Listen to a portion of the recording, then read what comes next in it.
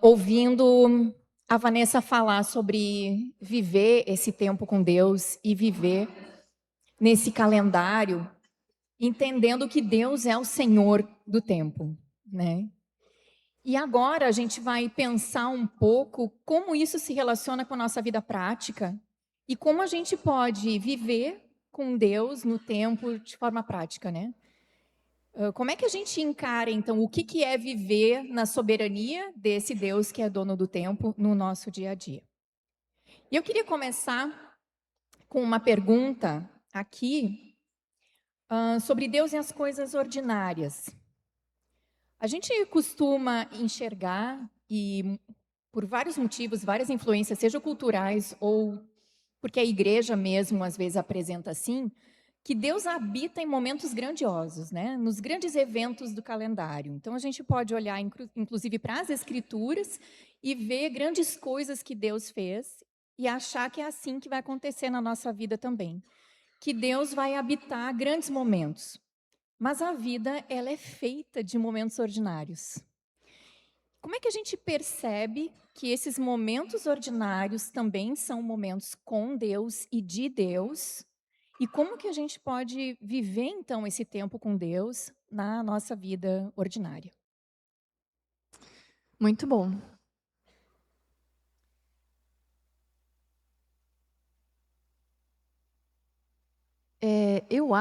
Eu começaria tentando responder isso, te ajudando a enxergar o seu relacionamento com Deus como um relacionamento pessoal. Imagina a sua melhor amiga. As casadas aqui, imagina o relacionamento que você tem com seu marido. Imagina esse relacionamento de proximidade, de intimidade, de amizade. É sempre extraordinário? Você pode ter um momento super legal com a sua amiga, onde vocês fazem algo muito incrível juntas, mas a amizade se manifesta no dia normal, no momento de chorar junto, não só no momento de rir junto. A nossa amizade pessoal, mais íntima, mais forte, envolve monotonia, envolve dias comuns, não é verdade? O relacionamento de namoro ou relacionamento de casamento tem aqueles momentos de grandes emoções, onde você sente, né, aquele negócio na barriga. Mas tem o tédio, tem a monotonia, tem a normalidade. E é tão bom, às vezes, você estar simplesmente em silêncio na presença de alguém que você ama e com quem você se sente segura, né? Nem sempre você vai querer grandes coisas. O simplesmente estar junto com alguém que você confia, com quem você se sente segura e amada, é tão bom, não é verdade? E é a mesma coisa com o relacionamento com Deus. O relacionamento com Deus não se manifesta só em grandes momentos extraordinários. Por mais que o Espírito Santo permita que a gente experimente momentos extraordinários. Eu acho que todos podem contar aqui uma experiência de oração, ou uma experiência de meditação nas Escrituras, ou uma experiência num culto, ou às vezes uma experiência quando você estava vivendo alguma coisa comum. Eu tenho uma amiga que esses dias ela me contou que ela foi fazer um exame de sangue, e ela tem muito medo, ela passa muito mal. E aí ela pediu para Deus ficar com ela lá. E ela falou que ela sentiu uma paz tão grande enquanto ela estava realizando o exame, que ela ficou super tranquila, como ela nunca ficou, e ela teve uma consciência da presença de Deus muito forte com ela lá naquela sala de exame, sabe? Então, o Espírito Santo nos dá essas experiências. Mas como todos os outros nossos relacionamentos, também tem os momentos de monotonia, de repetição, de normalidade. E o ponto é, Deus também está presente conosco ali, entende? Quando Jesus fala em João 15, permaneçam em mim e eu permanecerei em vocês, isso é em todo instante. O Espírito Santo está em você todos os instantes. Quando você está consciente disso e quando você não está consciente disso. Então, quando você abre a Bíblia para meditar nas Escrituras, você sabe que Deus está ali presente, te ensinando o que você está lendo, abrindo o seu entendimento para compreender verdades grandiosas, mesmo que você não sinta nada. Vocês entendem o que eu quero dizer? Deus está presente. Todos os dias você pode acordar e lembrar disso. Deus, obrigada por mais um dia. Que o Senhor me conduza ao longo de tudo que eu vou fazer hoje. Eu quero perceber o Senhor comigo. Aí vem uma intencionalidade de você prestar mais atenção, de você treinar a sua atenção para perceber Deus ali com você, entende? Você tem que ser intencional nisso, mas você vai aprender a perceber isso na normalidade. Não vai ser sempre uma experiência sensacional, extraordinária, para você deduzir que Deus estava ali. E, quando isso não acontece, você vai deduzir que Deus não está ali. Isso é uma ilusão, você entende? Deus está sempre presente.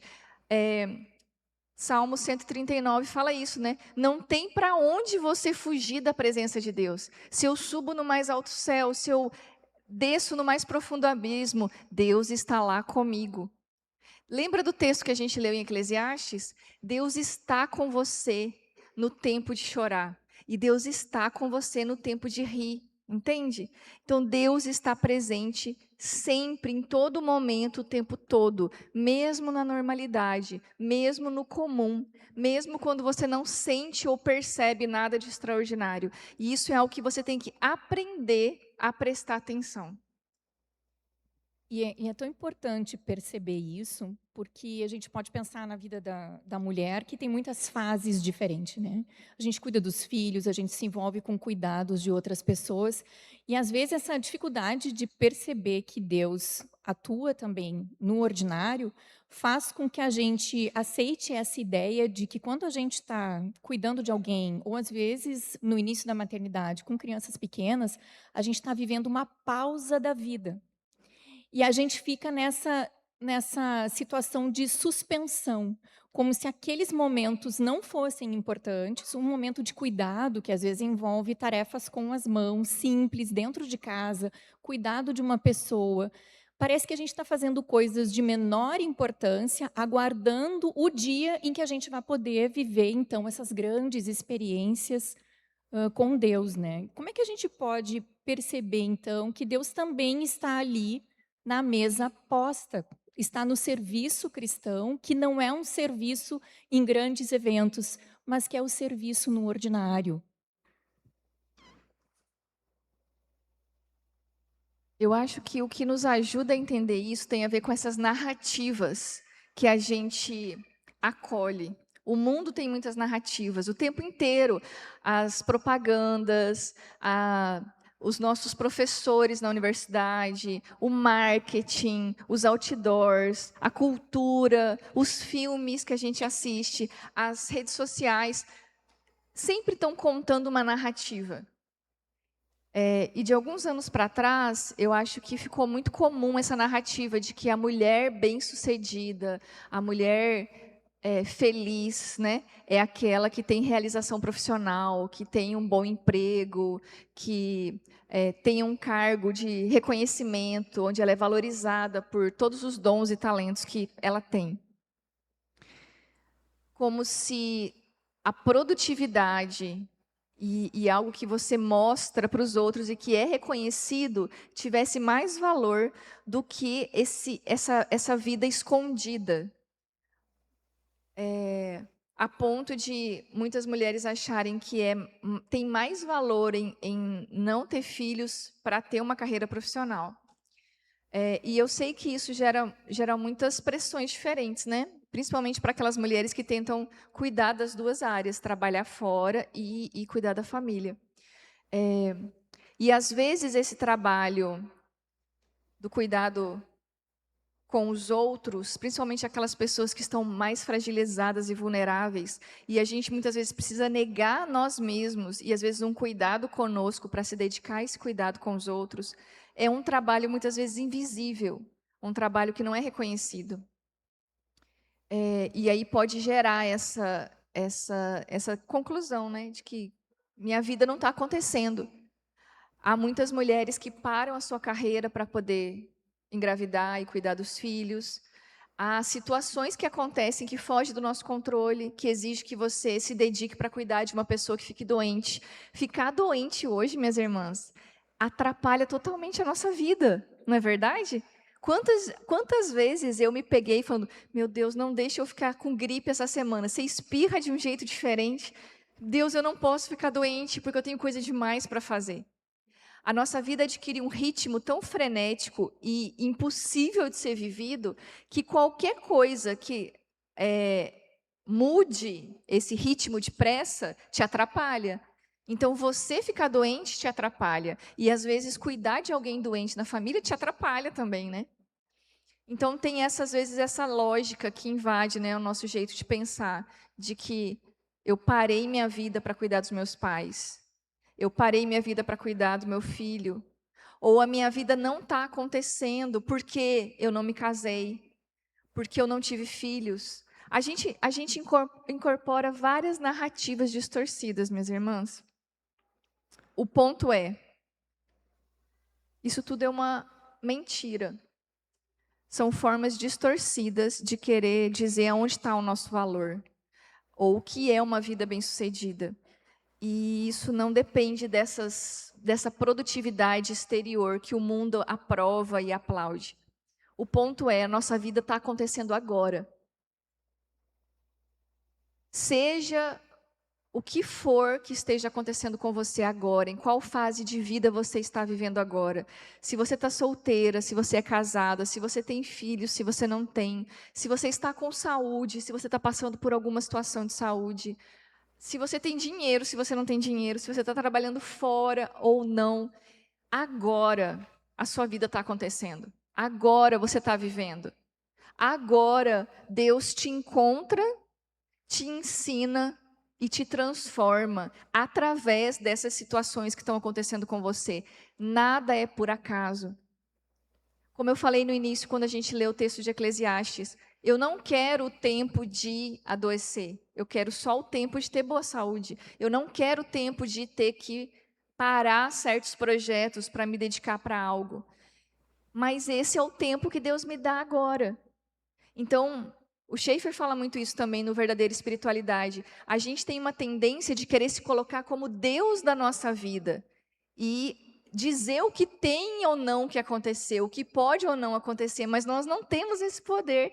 Então, nós precisamos nos colocar no lugar de criaturas, de filhas. Então, parte de viver bem a vida é aceitar a vida que Deus nos dá. Se eu sou solteira aos 40 anos, eu preciso reconhecer que essa é a vida que Deus tem me dado e aprender a viver com gratidão, encontrando significado nas outras coisas que Deus tem me dado. Não só olhar para aquilo que eu não tenho e colocar o peso de toda a minha felicidade naquilo. Se agora eu estou passando por uma situação de doença, seja comigo, seja cuidando de alguém, essa é a vida que o Senhor tem me dado e é através dessa situação de doença que o Senhor vai gerar crescimento e transformação na minha vida. Além disso, tem as nossas cruzes. Tem o sofrimento, sim, então nós vamos passar por sofrimento. Só que, como eu disse também mais cedo, o sofrimento não tem a palavra final. O sofrimento não tem mais o poder de me destruir. Porque Jesus ressuscitou. Então, eu posso enfrentar o sofrimento confiando no Senhor e dependendo dEle, encontrando graça nele para passar cada momento desse sofrimento, enquanto eu clamo a Ele para esse sofrimento passar, enquanto eu lamento pela tristeza que eu esteja passando agora. Então, o ponto é que nós só temos essa vida, minhas irmãs, e cada uma de nós tem um cálice de vida que Deus nos dá para beber. Eu tenho o meu cálice que eu tenho que beber. Você tem o seu cálice que você tem que beber.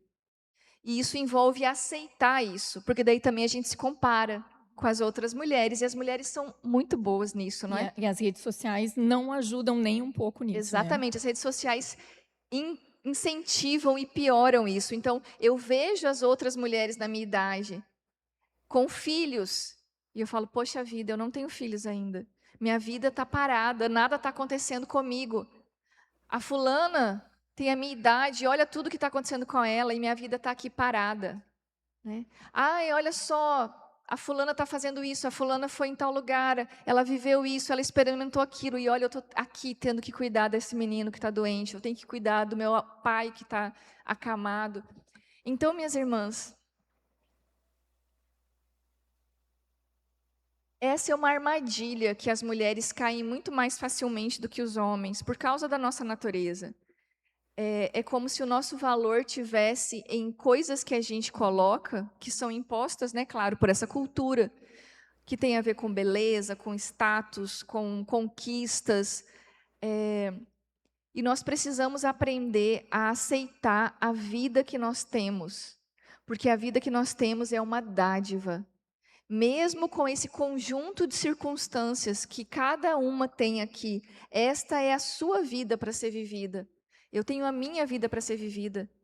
Não existe um padrão ou uma regra que todo mundo tem que se casar com tal idade, ter filhos com tal idade, ter esses padrões de sucesso com tal e tal idade.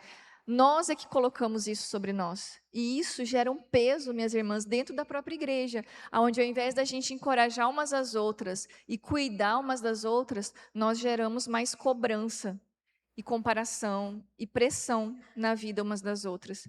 Então, nós precisamos aceitar com graça a vida que o Senhor nos dá para viver, com todo o seu conjunto de coisas boas e coisas ruins, de alegrias e sofrimentos, de tempo de chorar e tempo de rir, sabendo que nenhuma vida é igual à outra e que qualquer uma desses episódios que a gente vai viver na nossa vida não são aleatórios, não são por acaso, que o Senhor está conduzindo cada momento da nossa história e que tudo isso que acontece, seja bom ou ruim, tem a ver com um propósito para nos transformar, nos ajudar a crescer e amadurecer, para nos tornar mulheres de verdade, cada dia mais semelhantes a Jesus. Então tem algo muito mais profundo acontecendo nessas situações ordinárias. E aí justamente é nesse momento onde eu não vejo valor nenhum, onde eu tenho que parar uma coisa que eu via com muito valor para fazer algo que eu mesma desprezo, que Deus está me ensinando, me forjando, me transformando, me levando para crucificar várias coisas, formando meu caráter, me revelando mais a respeito de quem Ele é, me sustentando naquele momento onde eu tenho que reconhecer que eu não tenho forças e eu dependo somente dEle. Vocês percebem? Tem coisas muito grandes acontecendo no meio das coisas mais comuns e insignificantes. Se você aprender a viver cada uma dessas coisas em relacionamento com Deus. E claro, é ser honesta, entende? É chorar, é lamentar, é pedir por socorro, como o salmista faz. Poxa, Deus, até quando? O Senhor não está vendo tudo isso que está acontecendo comigo? Eu não aguento mais passar por isso. Mas eu sei que o Senhor está aqui comigo, então me ajuda. E isso acontece em todas as circunstâncias. Então, nós precisamos aprender a ver valor na vida que nós temos, não no ideal que nós construímos, porque daí também isso é uma outra coisa que nós somos muito boas, né, minhas irmãs? A gente constrói um ideal inalcançável, entendeu? E acha que é isso que tem que acontecer. E conforme a gente vai vivendo e isso não vai acontecendo, a gente se frustra muito lá no fundo do nosso coração. E isso se transforma em amargura diante de Deus. Deus não podia deixar isso acontecer comigo. Deus não podia tirar o meu filho de mim. Deus não podia me deixar solteira com essa idade. E aí isso se transforma numa crise de fé, numa revolta contra Deus, numa amargura, num sofrimento real, mas que está muito baseado num ideal que eu construí e numa rejeição da vida verdadeira que eu tenho agora e que eu recebo por graça. Então, viver, minhas irmãs, é uma dádiva e que nós precisamos aprender a aceitar a vida que cada uma de nós tem agora e aprender a viver essa vida em relacionamento com Deus, incluindo os momentos bons e difíceis, as coisas incríveis e as coisas mais comuns e muitas vezes difíceis, né, que acontecem. Tu comentaste que Deus está trabalhando em nós para nos fazer a semelhança de Cristo, né? E quando a gente pensa nisso e olha para Cristo, talvez o próprio modelo de Cristo encarnado, a gente vai achar que fez um monte de coisas inúteis. Ele sendo Deus, né? Como gastou tempo com coisas que a gente considera sem importância e inúteis, né? Então, pensando nisso, a gente pode refletir que a gente tem sido moldada por alguma outra ideia, né? E que a gente muitas vezes não enxerga valor no ordinário porque a gente se aculturou, às vezes sem perceber, porque a gente vive num tempo e numa cultura que tem o seu calendário que não está explícito muitas vezes, né? Ele não é verbalizado qual é o calendário e para que ele está nos conduzindo. Então, é uma coisa implícita na maneira de viver moderna. Isso tem nos condicionado. Como é que a gente pode acordar, então, e perceber que a gente está vivendo de acordo com esse outro calendário, muitas vezes, e qual é o papel da igreja local em nos ajudar, então, a perceber isso? Não, muito bom. Esse é um ponto importante, minhas irmãs. Todas nós temos calendários. Ah, eu não tenho calendário nenhum. Não é uma verdade.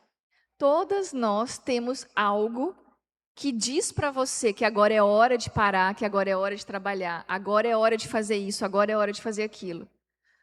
Sei lá, quando você tem filhos pequenos, é o calendário das crianças.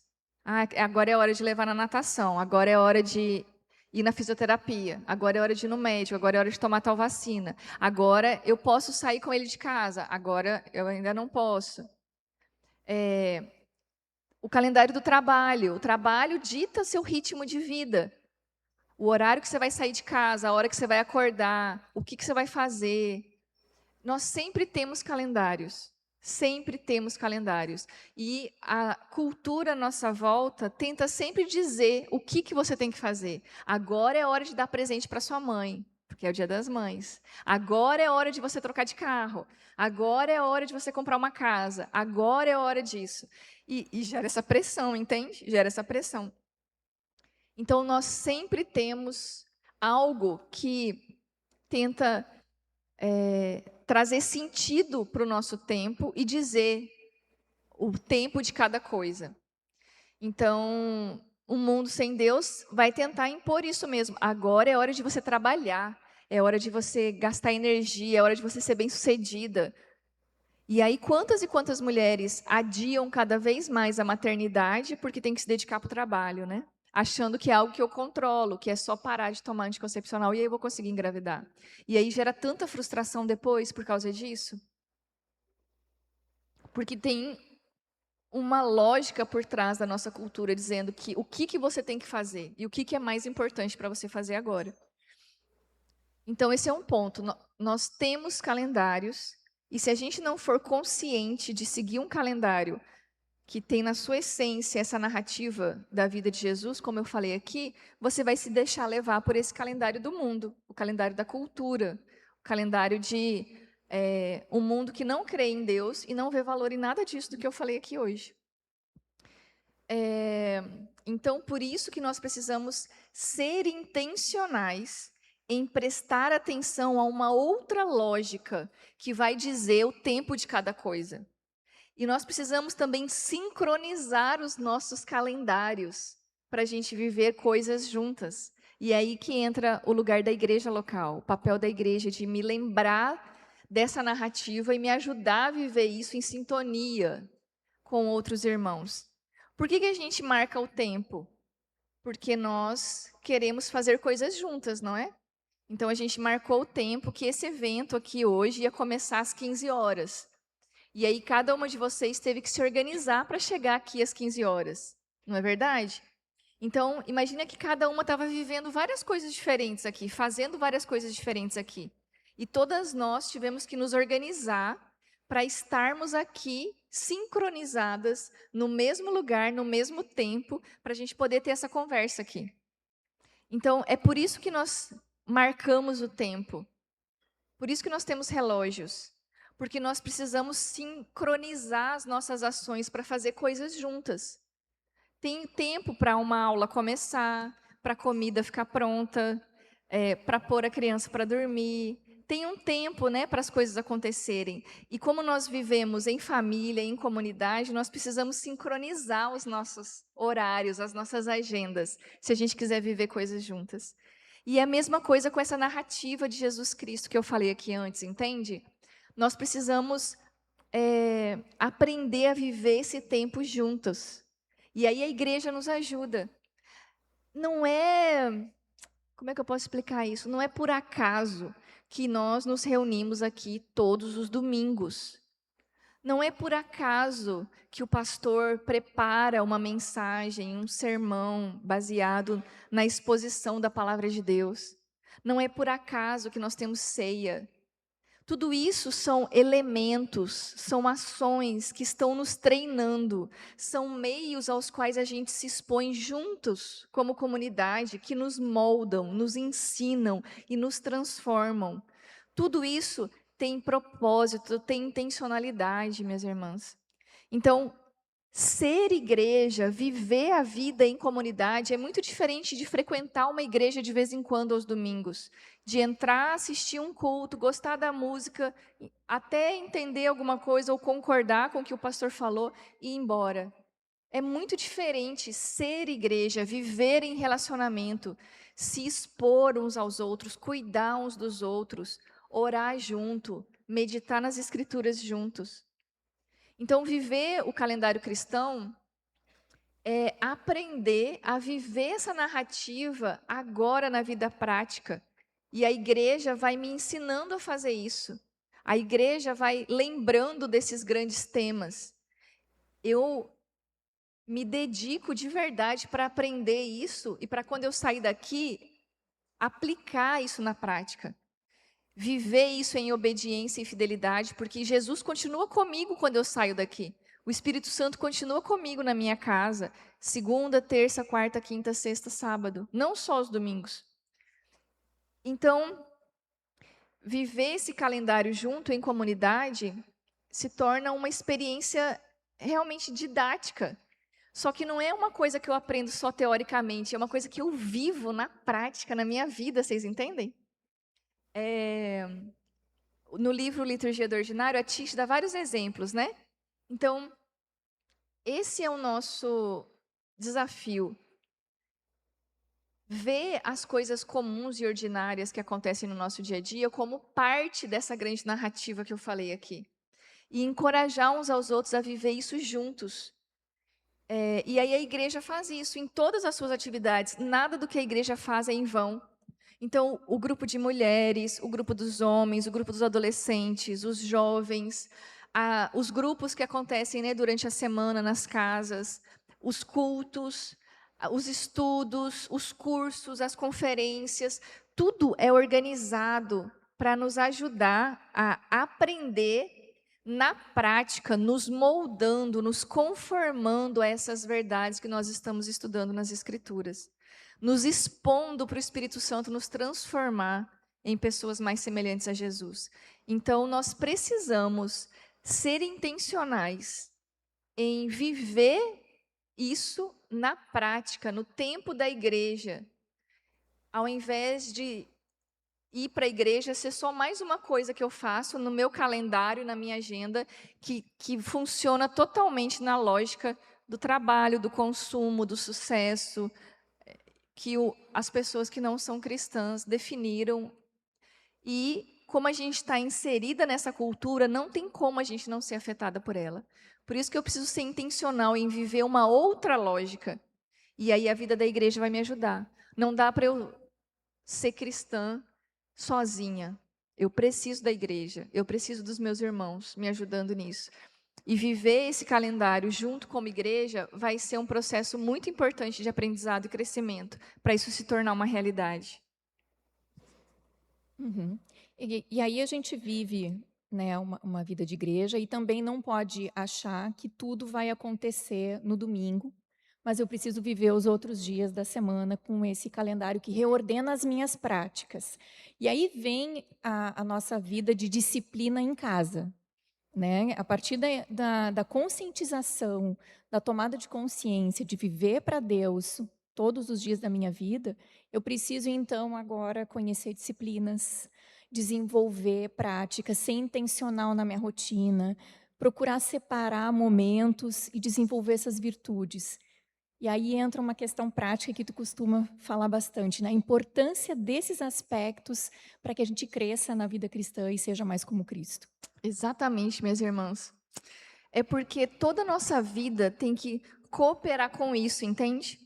E é muito diferente Jesus ser o centro e o fundamento, e tudo que eu faço tem esse objetivo de eu conhecer mais a Cristo e ser transformada por Ele, e eu viver todas as coisas da minha vida e Jesus ser só mais uma coisa. Então tem meu trabalho, tem minha família e tem lá a igreja, e aí Jesus está lá. Entende? É muito diferente. São dois estilos de vida completamente diferentes. Tem uma frase do Lutero que eu gosto muito, que ele fala assim: hoje eu tenho tanta coisa para fazer que eu preciso ficar pelo menos 3 horas em oração. E a gente fala, o quê? Hoje eu tenho tanta coisa para fazer, Deus, que não vai dar tempo de orar, ok? Não é assim? Essas duas frases refletem estilos de vida completamente diferentes. Lutero, quando dizia isso, e não tem tanto a ver com quantidade, ok? Não é tanto quantidade de tempo de oração, não é esse o ponto.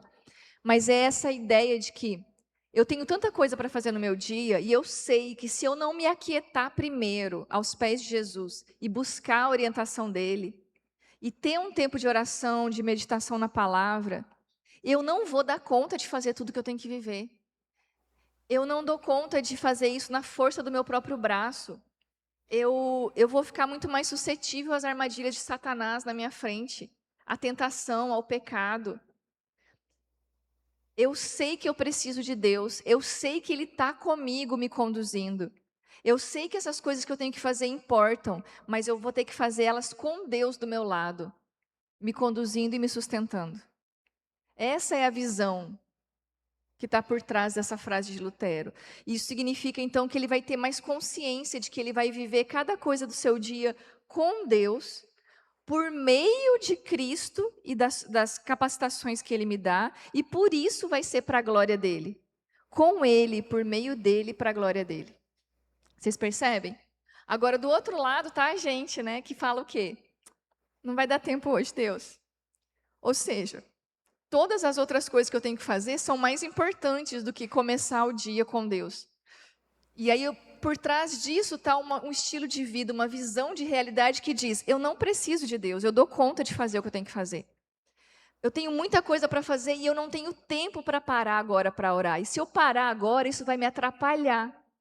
Então, eu sei o que eu tenho que fazer. Eu tenho que cuidar da casa, eu tenho que ir em tal lugar, eu tenho que marcar essa consulta, eu tenho que resolver essa situação do trabalho, eu tenho que atender meu chefe, responder essas mensagens. Eu dou conta de fazer minha vida dar certo. Eu sei o que eu tenho que fazer. E aí, no máximo, você pede para Deus te abençoar, né? Ai, Deus, me ajuda aqui. Mas eu estou indo, é como se eu estivesse indo lá sozinha. Vocês percebem que é muito diferente esses dois estilos de vida? Ser cristão, minhas irmãs, é aprender a viver com Deus, por meio dele, para a glória dele. Permanecer nele e perceber ele permanecendo em nós. Viver, buscar em primeiro lugar o reino de Deus e aprender a ter tudo o que é necessário nas outras áreas da vida. Então, não é uma questão de quantidade de tempo que eu vou orar, não é isso. Mas é desde quando você acorda, você saber que você está acordando para viver aquele dia com Deus. Não é para dar um check na sua lista de tarefas. Vocês entendem? O que é um dia bem vivido? É um dia que eu resolvi todas as coisas que eu precisava. Não.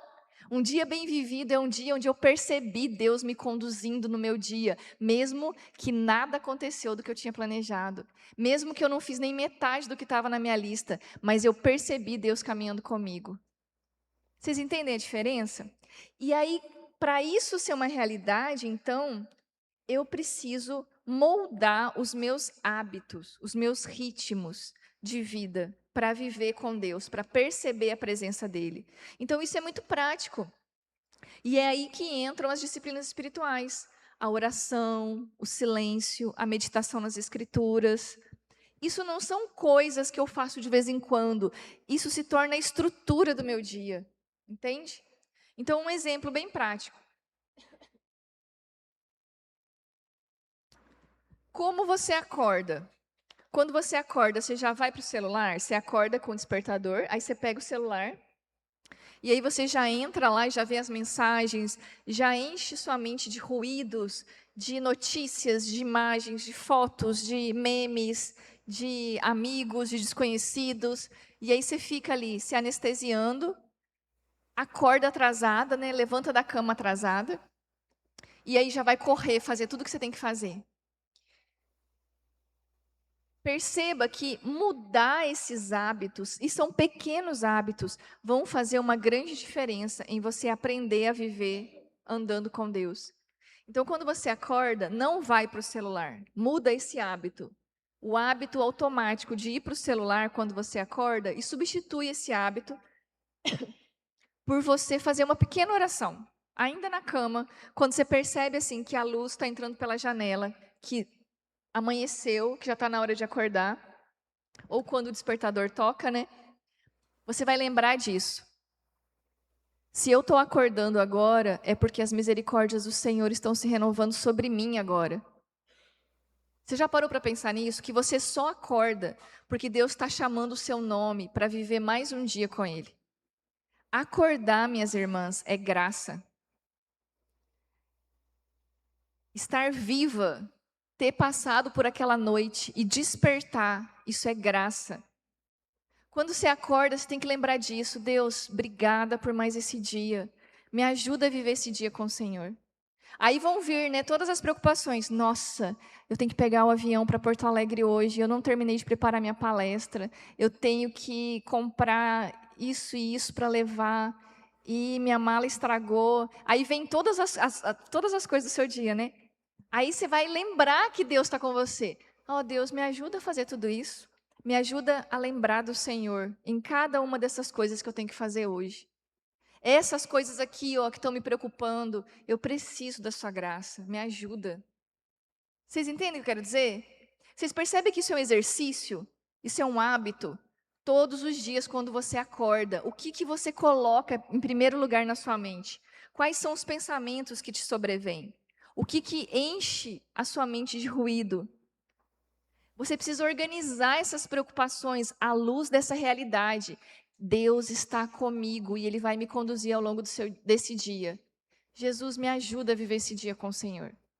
E aí você vai levantar, então, vai se arrumar, vai preparar o café da sua família, ou vai tomar café sozinha, seja o que for. Um outro hábito é palavra antes do celular. Então, aí no café da manhã, você pode abrir a sua Bíblia e fazer uma leitura bíblica. Você pode fazer isso sozinha, se você mora sozinha. Você pode fazer isso em família, se você mora com outras pessoas. Faça esse exercício. Se você mora com pessoas que não são cristãs, que não vão concordar com esse hábito, tenta fazer isso em algum outro momento, ou no seu quarto, antes de você vir tomar café. Mas busque ao Senhor. E, de novo, não tem a ver com quantidade, mas tem a ver com hábito. Eu vou ler a palavra e essa palavra vai entrar na minha mente e eu vou viver hoje a partir dessa palavra. Essa palavra me alimenta. Do mesmo jeito que eu estou aqui tomando café, comendo meu pão com manteiga, meus ovos mexidos, sei lá, meu mamão com granola. Eu preciso me alimentar da palavra de Deus. Eu preciso de energia para o meu corpo para eu trabalhar, não é? Eu preciso me alimentar da palavra de Deus para eu permanecer viva. Vocês entendem isso? Então é um outro hábito.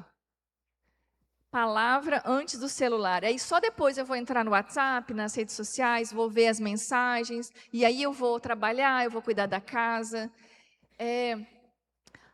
E aí eu vou ter mais consciência de que todas as coisas que eu vou fazendo ao longo do dia, Jesus está me conduzindo ali. Ele está comigo ali.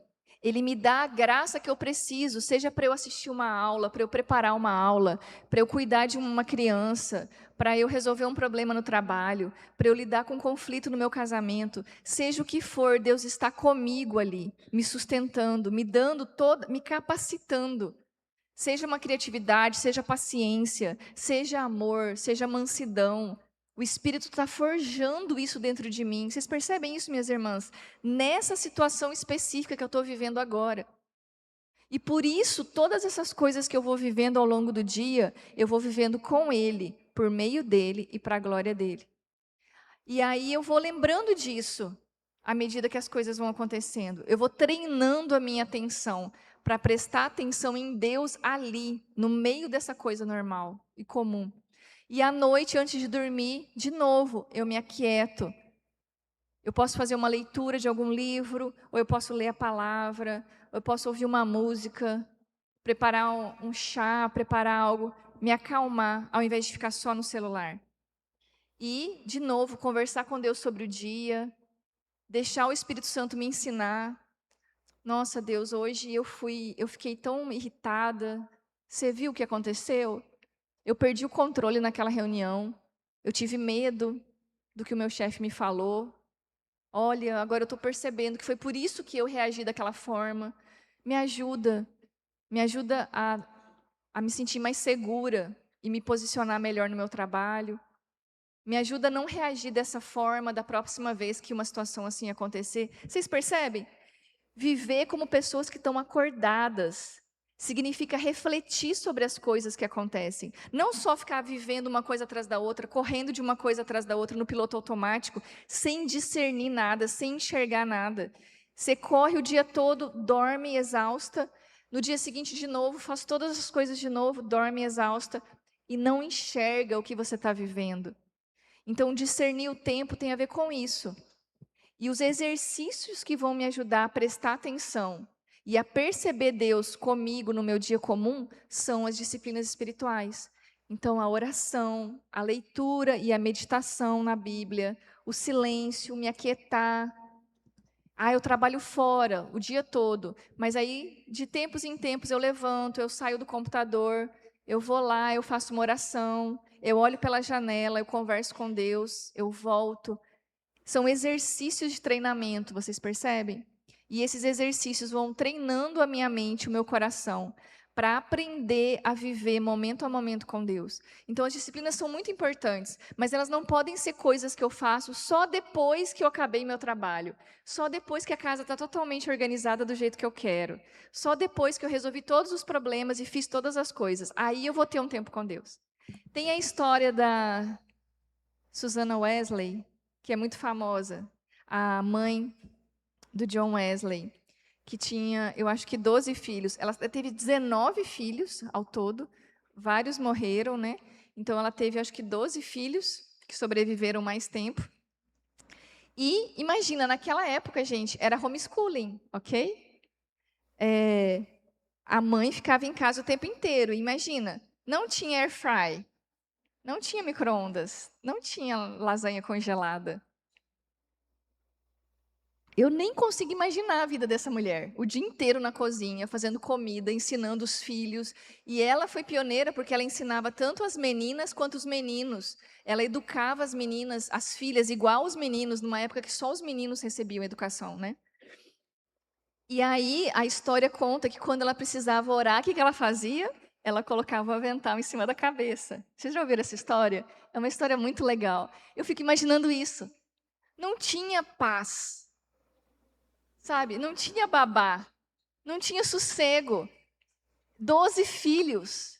Imagina a demanda, as coisas que tinha que fazer.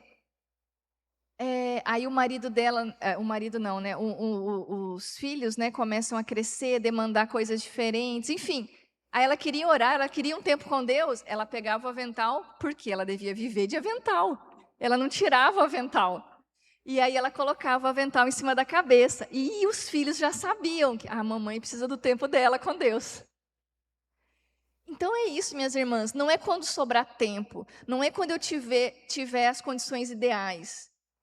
Eu gosto do meu tempo devocional quando eu pego a minha Bíblia, meu diário, meu caderno, minhas canetas coloridas. E eu sento lá e eu tenho 1 hora de devocional com Deus.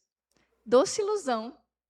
Isso pode acontecer em alguns momentos da sua vida, mas tem tantas fases e as fases vão mudando e tantas demandas. Agora é o momento de eu parar e orar e buscar Deus. E eu posso fazer isso em qualquer lugar. Eu posso fazer isso no ônibus lotado. Eu posso fazer isso presa no trânsito. Eu posso fazer isso tomando banho. Eu posso fazer isso colocando roupa para lavar. Só que a gente está numa cultura de tanta produtividade que todos esses tempos de deslocamento, de espera, ou quando eu estou fazendo alguma atividade doméstica, ou quando eu estou na academia, eu tenho que estar sendo produtiva. Então, eu estou ouvindo podcast, eu estou ouvindo audiolivro, eu estou assistindo uma aula, eu estou resolvendo problemas, não é verdade? Então, eu estou moldando a minha vida a sempre ser acelerada, com pressa, fazendo o tempo render. Quando, na verdade, todos esses momentos são oportunidades para eu exercitar as disciplinas espirituais, para eu me acalmar, para eu aquietar, para eu conversar com Deus, para eu buscar dele discernimento, em qualquer circunstância.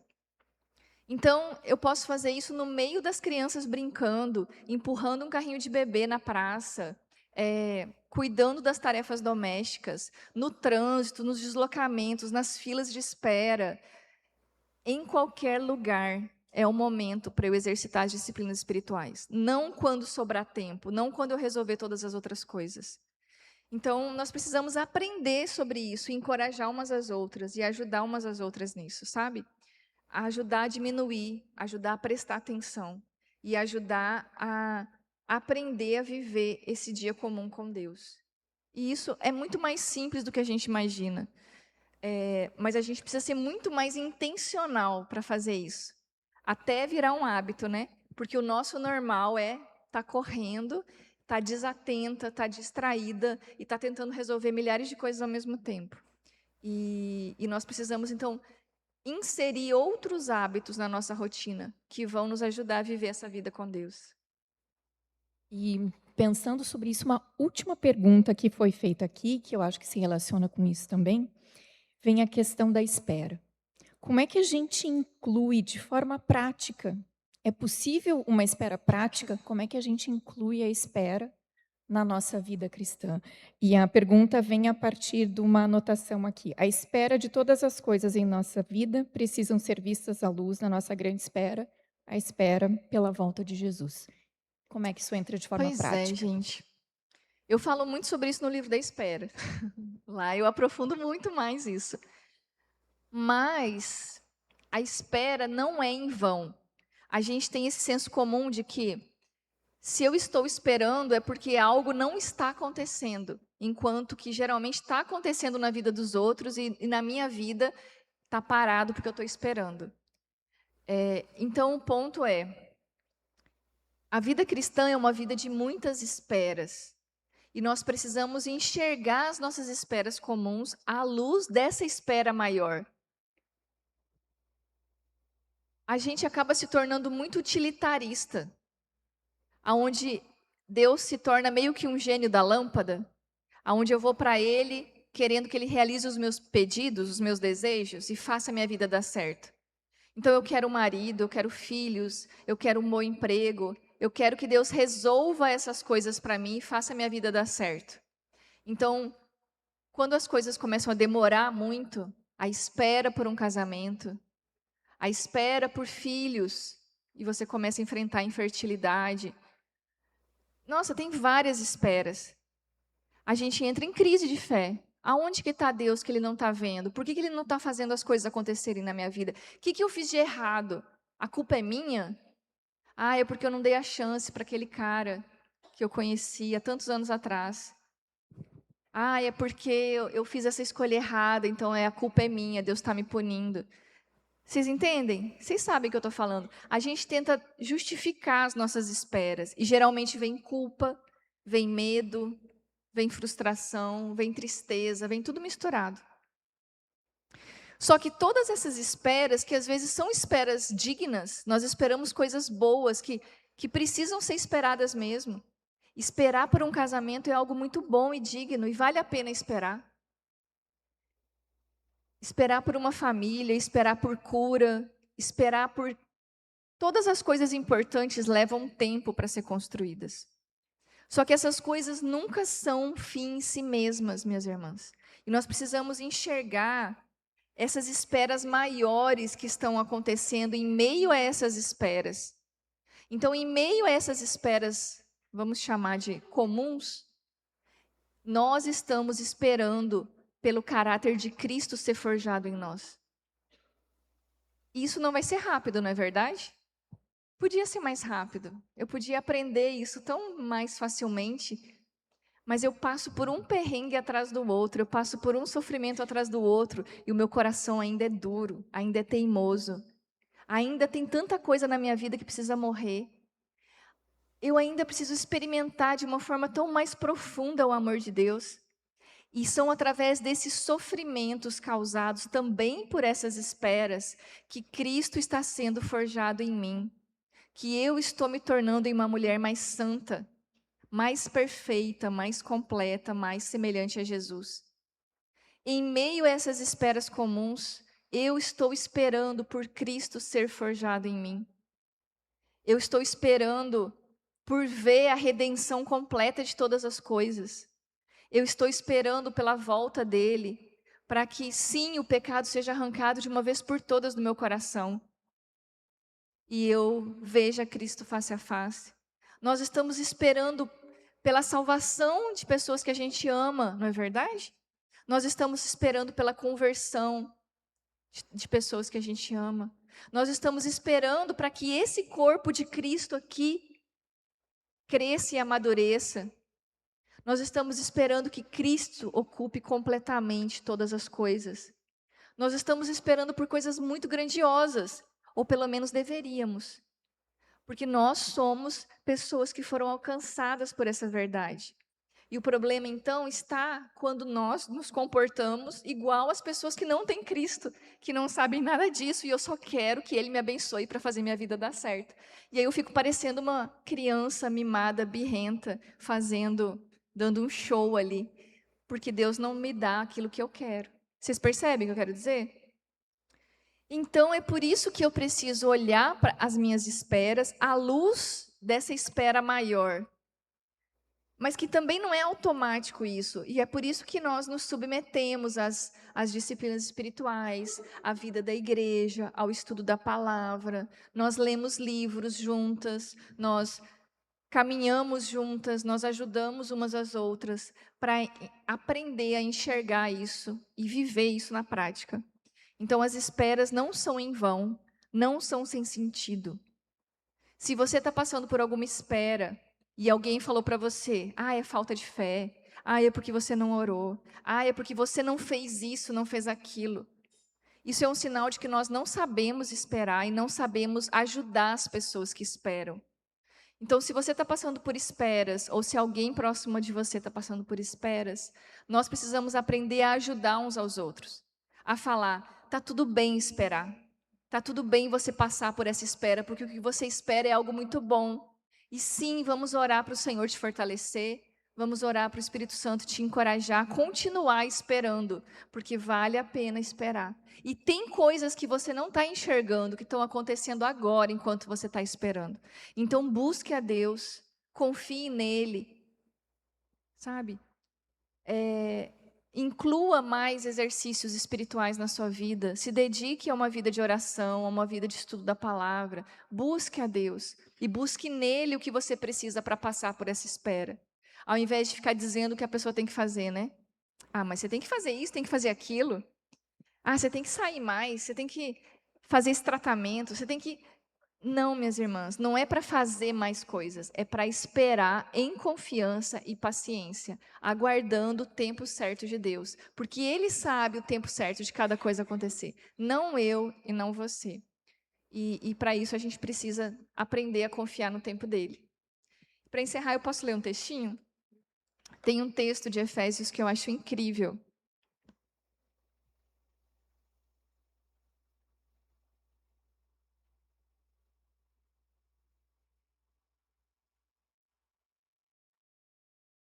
Efésios 4, a partir do versículo 13. Meu Deus, vocês são muito eficientes. Até que todos cheguemos à unidade da fé e do pleno conhecimento do Filho de Deus, ao estado de pessoa madura, à medida da estatura da plenitude de Cristo. Então, olha isso aqui, o que está acontecendo? Até que, ainda não chegamos lá, mas Deus tem propósitos, Deus olha para a nossa vida e vê um futuro, até que você, minha irmã, se torne uma pessoa madura. E qual que é a medida dessa maturidade? É a plenitude de Cristo. Você tem que crescer e amadurecer a ponto de você se tornar igual a Jesus Cristo. Isso é pouca coisa? Não. Isso é rápido? Não. Isso vai levar nossa vida inteira para acontecer. Mas é isso que está acontecendo agora, vocês percebem? Nós estamos nos tornando semelhantes a Jesus. Nós estamos crescendo e amadurecendo. Pode passar. Para que não mais sejamos como crianças, arrastados pelas ondas e levados de um lado para outro, por qualquer vento de doutrina, pela artimanha das pessoas, pela astúcia com que induzem ao erro. E vocês percebem que é isso que está acontecendo agora? A quantidade de pessoas falando bobagens ao nosso redor, coisas que parecem muito sábias, coisas astutas, mas que estão nos induzindo ao erro. Levados de um lado para o outro por pessoas falando um monte de coisas que não são a verdade, porque nós somos como crianças imaturas. Não é para a gente viver desse jeito, porque quem cresce, quem está crescendo e amadurecendo em Jesus, não vai ser levada por qualquer vento de doutrina, por qualquer mentira que é falada por aí. Pode passar. Mas, seguindo a verdade em amor, cresçamos em tudo naquele que é a cabeça, Cristo. Pode passar. De quem todo o corpo, bem ajustado e consolidado pelo auxílio de todas as juntas, segundo a justa cooperação de cada parte, efetua o seu próprio crescimento para a edificação de si mesmo em amor. Então, é o corpo, né? Ele está falando do corpo, com as suas ligaduras juntas. Pensa aí, músculos, ligamentos, tendões. O corpo não cresce só um braço, né? Imagina, cresce só um dedo da minha mão. Cresce só um lado do meu corpo. O corpo cresce em harmonia, para que o corpo todo, com o auxílio de cada parte, cresça com essa cooperação uns dos outros, para a edificação de si mesmo em amor. Pode passar. Isso, portanto, digo, e no Senhor testifico, não vivam mais como os gentios, que vivem na vaidade dos seus próprios pensamentos. Pode passar. Tendo o seu entendimento obscurecido, separados da vida que Deus concede, por causa da ignorância em que vivem, pela dureza do seu coração. Minhas irmãs, não é para a gente viver desse jeito. É para a gente viver em relacionamento com Deus, crescendo e amadurecendo nele, nos tornando cada dia mais semelhantes a Ele. E isso está acontecendo agora, no nosso momento presente. E nós precisamos lembrar dessa narrativa que eu falei aqui no início, de tudo que Jesus fez, do que Ele está fazendo, do que Ele vai fazer. E isso vai nos ajudar a viver os nossos dias em relacionamento com Ele. Amém? Podemos orar?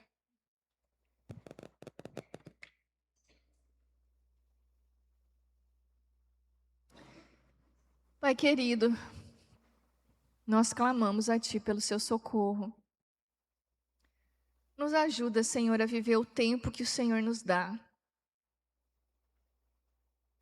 Ajuda-nos a receber com gratidão o tempo de cada dia e a viver esse tempo em relacionamento contigo. Perdoa os nossos pecados, perdoa a pressa, a distração, a correria, tudo aquilo que tem nos atrapalhado de correr a corrida que está diante de nós. Ó Deus, nós clamamos a Ti para que o Senhor nos ajude a viver a vida que o Senhor nos tem dado. Nós queremos viver essa vida contigo. Nós queremos aprender a viver o tempo com o Senhor, pelo Senhor e para a sua glória. Ó Deus, ajuda cada um de nós aqui, ajuda cada irmã aqui. Ajuda-nos a viver essa narrativa da vinda de Jesus, da sua encarnação, da sua morte e ressurreição, da sua ascensão, do envio do Espírito Santo que habita em nós. Que tudo isso seja uma verdade que sustenta a nossa vida agora, que nos dá forças para viver, que influencia as nossas escolhas e o modo como nós cuidamos das nossas famílias, o modo como nos relacionamos e como trabalhamos. Ó Deus, nós queremos viver tendo o Senhor no centro das nossas vidas. Eu oro para que tudo que foi falado aqui se torne em aprendizado prático. Abençoe cada irmã aqui para acordar de manhã desejando viver o dia contigo, para levar a sério as disciplinas espirituais, para proteger momentos de oração, de meditação nas Escrituras, para desejar ser igreja e viver em comunidade. Ó Pai, obrigada por esse tempo que o Senhor preparou para nós nessa tarde.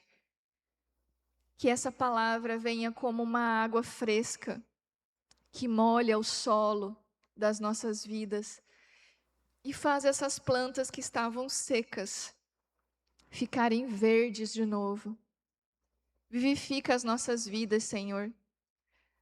Essa fé morna, essa fé distante, superficial, faz com que essas sementes entrem fundo na terra do nosso coração e cresçam como plantas viçosas.